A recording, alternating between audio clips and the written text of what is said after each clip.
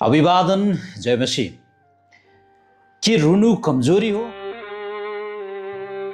के भावनालाई दबाउनु ठुलो आत्मिकता हो? कहिलेकाहीँ तपाईँलाई त्यस्तै लाग्न सक्छ। जब तपाईँको परिवारमा कसैको देहान्त भयो, कोही सुति गयो, अथवा कहीँ तपाईँ मृत्यु र दफनमा जानुभयो भने कहिलेकाहीँ तपाईँले पुरानो विचारधारा यस्ता देख्न पाउनुहुनेछ र मानिसले भन्नेछन् कि रुनु हुँदैन, हामी क्रिस्चियन हौँ। प्रिय, म आज त्यो कुरालाई चिरफार गर्न चाहन्छु, किनभने हाम्रो शास्त्र, पवित्र शास्त्रले के भन्छ? मेरो अनुभव ठुलो होइन, मेरो विचार पनि ठुलो होइन, सायद म वरिष्ठ हुन सक्छु होला, मेरो बोली एउटा ईश्वरको वाणी चाहिँ आउन सक्छ होला, तर के त्यो बाइबलमा आधारित छ त?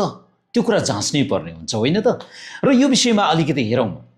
जब तपाईँ प्रेरितको पुस्तकमा जानुहुन्छ, 8 अध्यायमा, 7 अध्यायमा स्तिफनसले प्रचार गरेका छन् र 8 अध्यायमा उनको देहान्त भएको छ, उनी सुति गएका छन्।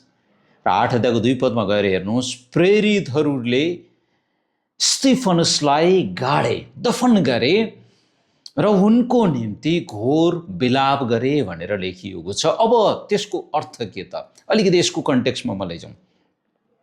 त्यतिखेर यहुदीहरूले बनाएको एउटा ओरल ट्रेडिसन भन्छ, मौखिक एउटा रीति के थियो भन्दा, जसले सजाय पाएको छ, दण्ड पाएको छ, त्यसको निम्ति खुल्लम खुल्ला विलाप गरिने छैन।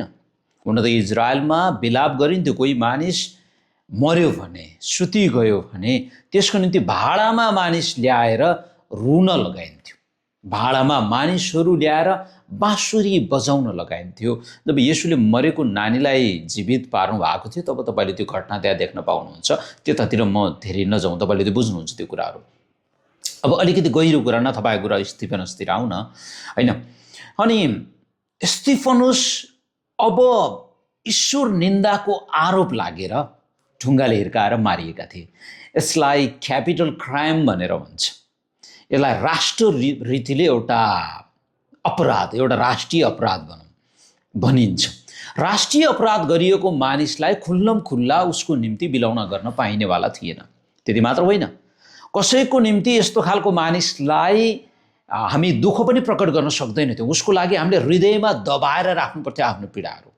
कसैलाई यसको बारेमा सहानुभूति दिन पाइँदैन थियो। यो मौखिक एउटा रीति थियो यहुदीहरूको बिचमा। तर के गरे? प्रेरितहरूले ठुलो साहस गरे। त्यो साहस गरेर उनीहरूले स्तिफनसको निम्ति घोर विलाप गरे। त्यहाँ शब्द लेखिएको छ, घोर विलाप गरे, एउटा ठुलो विलाप राखे। उनी खेदित भएको कुरा प्रकट गरे। तब तपाईँले विचार गर्नु भएको होला, तपाईँले सुन्नु भएको होला, एउटा क्रिस्चियन बितिसकेपछि, प्रभुमा सुतिसकेपछि हामी आशा नभएका मानिस होइनौँ। हाम्रो आशा छ, त्यसैले हामीले रुनु हुँदैन। त्यसैले म तपाईँलाई भन्छु, रुनु भनेको पाप होइन। म फेरि भन्छु, रुनु भनेको पाप होइन। येशू रुनु भयो के तपाईँलाई थाहा छ? बाइबलको सबैभन्दा छोटो पद, येशू जो आफै पुनरुत्थान र जीवन हुनुहुन्थ्यो, उहाँ रुनु भयो। उहाँले आफ्नो के दुखेसो पोख्नु भयो। दाउद रोए, पावल रोए, धेरै मानिसहरू रोएका छन्। र रुनु पाप होइन, यो नबिर्सिनुहोस् तपाईँले। यसलाई हामीले कतै रुनु भनेको पाप पो हो कि भन्ने खालको विचारमा लैजानु हुँदैन। र बाइबलमा एउटा पद छ, पहिलो थेसलोनिकी 4 अध्याय त्यसको 13 पदमा लेखिएको छ कि आशा नहुनेहरू झैँ तिमीहरू विलाप नगर भनेर। कहिलेकाहीँ कसैले त्यसलाई गलत रीतिले प्रयोग गर्ने गर्छन्, बुझ्ने गर्छन्। के भन्छन् भन्दा, हामी त आशा भएका मानिस हौँ, हामीले रुनु हुँदैन। होइन, त्यहाँ त्यसो भनिएको छैन। त्यहाँ भनिएको छ, आशा नभएका मानिसहरू चाहिँ तिमीहरू नरो, विलाप नगर। आशा भएका मानिस चाहिँ तपाईँले रुन सक्नुहुन्छ। र त्यो भनेको घोर विलाप भन्नाले अनियन्त्रित भएर, पीडामा रहेर, आफैलाई सकस दिएर, दण्ड दिएर तपाईँले विलाप गर्न आवश्यक छैन। तर तपाईँ रुन सक्नुहुन्छ। तपाईँको आँखाबाट आँसु झर्छन्, किनभने भावनालाई दबाउनु भनेको आत्मिकता हुनु अथवा ठुलो आत्मिक मानिस बन्नु मात्र होइन। आँसु सबैको आउँछ, हामी सबै दुखित हुन्छौँ, किनभने हामी मानिस हौँ। परमेश्वरले हामीलाई भावनात्मक रीतिले बनाउनु भएको छ। त्यसैले एउटा क्रिस्चियन जब कोही आफ्नो परिवारको मानिस आफूबाट टाढा हुन्छ भने त्यो रुन सक्छ, आफ्नो दुःखलाई प्रकट गर्न सक्छ।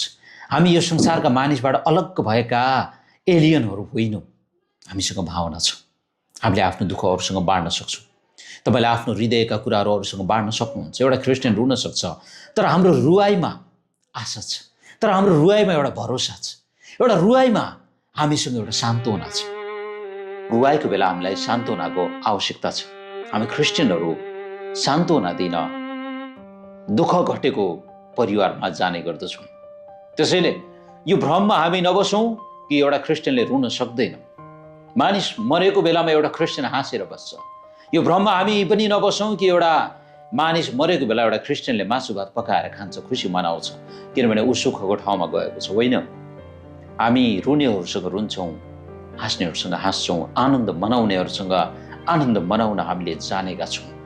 प्रियहरू, बाइबलले यही कुरा बताउँछ, रुनेहरूसँग रो, आनन्द मनाउनेहरूसँग आनन्द मनाओ। के तपाईँ रुनेहरूसँग रुन सक्नुहुन्छ? के तपाईँ आनन्द मनाउनेहरूसँग आनन्द मनाउन सक्नुहुन्छ? यो तपाईँको हातमा छ। त्यसैले रुनु भनेको पाप होइन। भावनालाई लुकाउनु, दबाउनु पनि एउटा ठुलो आत्मिकता होइन। आफ्नो हृदयलाई खोल्नुहोस्, बाइबलमा विश्वास गर्नुहोस्। परमेश्वरले तपाईँलाई धेरै आशिष दिनुभएको होस्। जय मसीह।